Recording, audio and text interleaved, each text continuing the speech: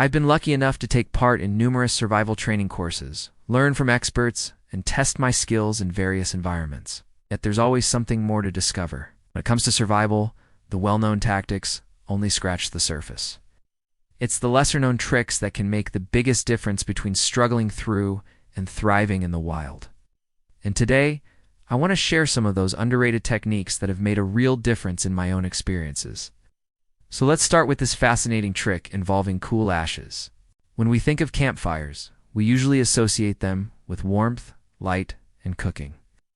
However, the ashes left behind after a fire can be incredibly useful in a survival situation.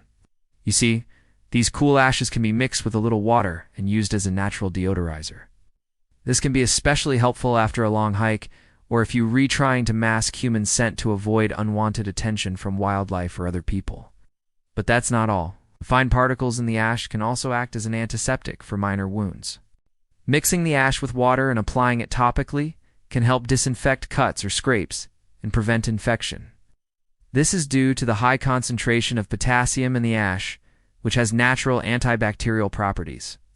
Now, while this trick is incredibly useful, it's important to remember that wood ash should only be used for minor wounds.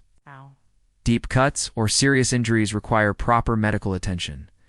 Also, make sure the fire is completely out before collecting the ash, and always test a small amount on your skin before covering larger areas to ensure you do and have a reaction to it. Our next trick is about birch bark, a material that's readily available in most wooded areas and can be used as an emergency fire starter. Now, here's a fun fact.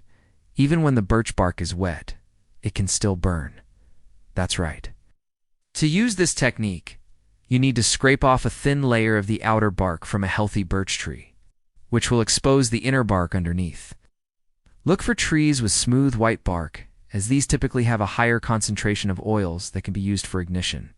Now, once you have the inner bark in hand, strip it into long, thin strips and then twist them together. This twisted bundle can then be ignited with just a ferrocerium flint and steel. Bow drill, bamboo, fire saw, bow and drill, or even a lighter. What makes this technique so valuable is that the birch bark burns very quickly and intensely, producing a copious amount of embers. These embers can then be transferred to your primary tinder, getting your fire started without much effort. Plus, it's a sustainable resource. Birch trees are tough and can withstand regular harvesting of their bark, meaning you can use this technique repeatedly if needed. Just remember, when using this technique, it's important to harvest the bark responsibly. Take only what you need and try to disturb the tree as little as possible. With proper care, birch trees can quickly regrow their bark and continue to thrive. And speaking of natural materials, our next trick involves watching ants to find water. Ants are known for their ability to locate food and water sources, and you can use their trails to find hidden water in the wilderness. This is particularly useful in arid regions, where finding water can mean the difference between life and death. The idea is simple. Observe the direction the ants are traveling and look for signs of a water source at the end of the trail. The water doesn't have to be a flowing stream. It could be a small puddle, seep, or even underground water that the ants are accessing. However, there are a few things to keep in mind. First, the ants' trails might lead you to a dried-up water source, so always check the area thoroughly before following the ants blindly. Additionally, you need to understand the behavior of the specific ant species in your area. Some species are more likely to lead you to water than others. Researching local ant behavior or consulting with experienced locals can be beneficial in this regard.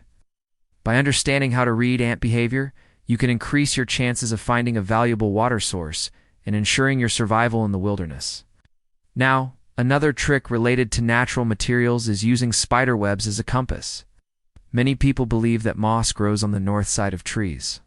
However, this is not always true. In reality, moss growth on trees is influenced by various factors such as humidity, light intensity, and pollution levels. So instead of relying on this unreliable rule of thumb, you can use spider webs as a more accurate indicator of north. Spider webs are naturally magnetized due to the presence of iron in the silk they produce. As a result, they tend to align themselves with the magnetic North Pole. To use this trick, simply look for a spider web that has been undisturbed and observe the direction the web is facing. This can give you a rough estimate of north, which can be invaluable for navigation when other tools aren't available. However, it's important to keep in mind that this method is not foolproof, as the accuracy of the web as a compass can vary.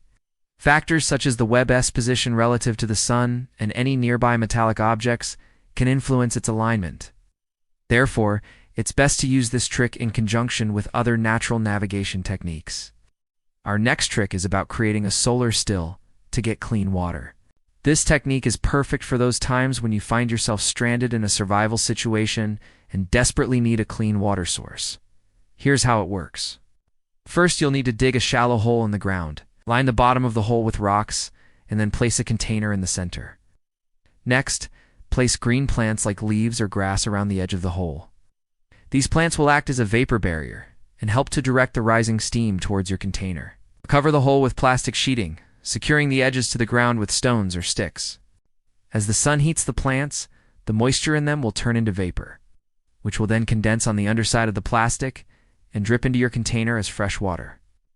The process might be slow, but it's effective and can provide you with several liters of clean drinking water each day. However, there are some points to remember. The type of plastic you use is crucial.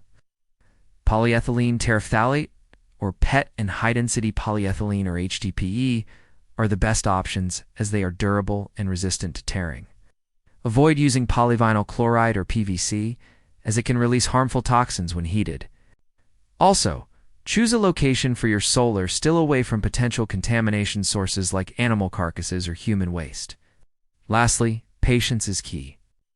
Depending on the intensity of the sun and environmental conditions, it may take several hours for the still to produce a significant amount of water.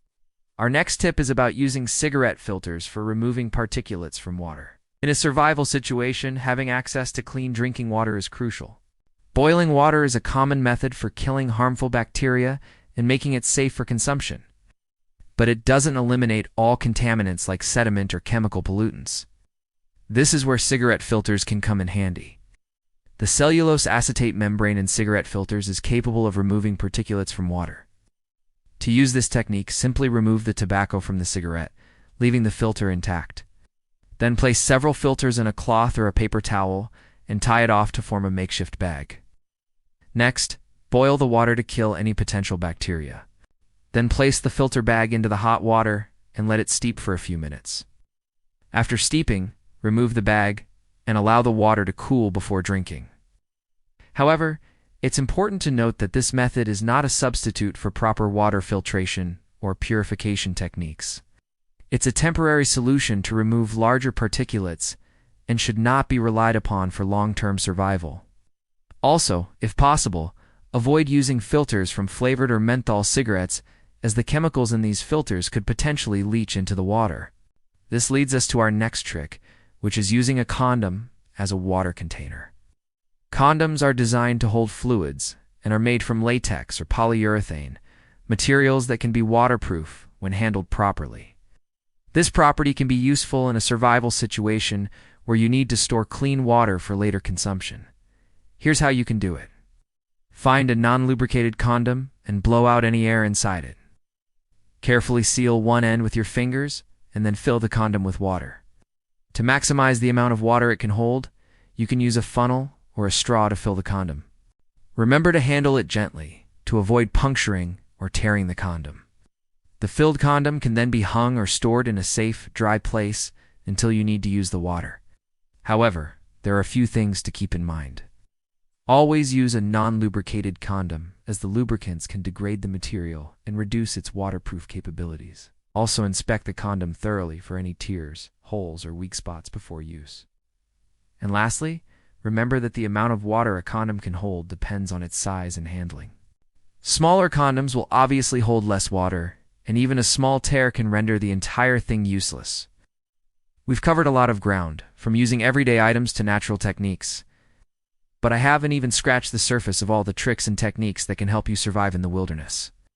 If you enjoyed this video and would like to learn more, please let me know. There's always more to discover, and I'd love to help you become a better outdoorsman or woman. Thanks for watching, and I'll see you in the next one.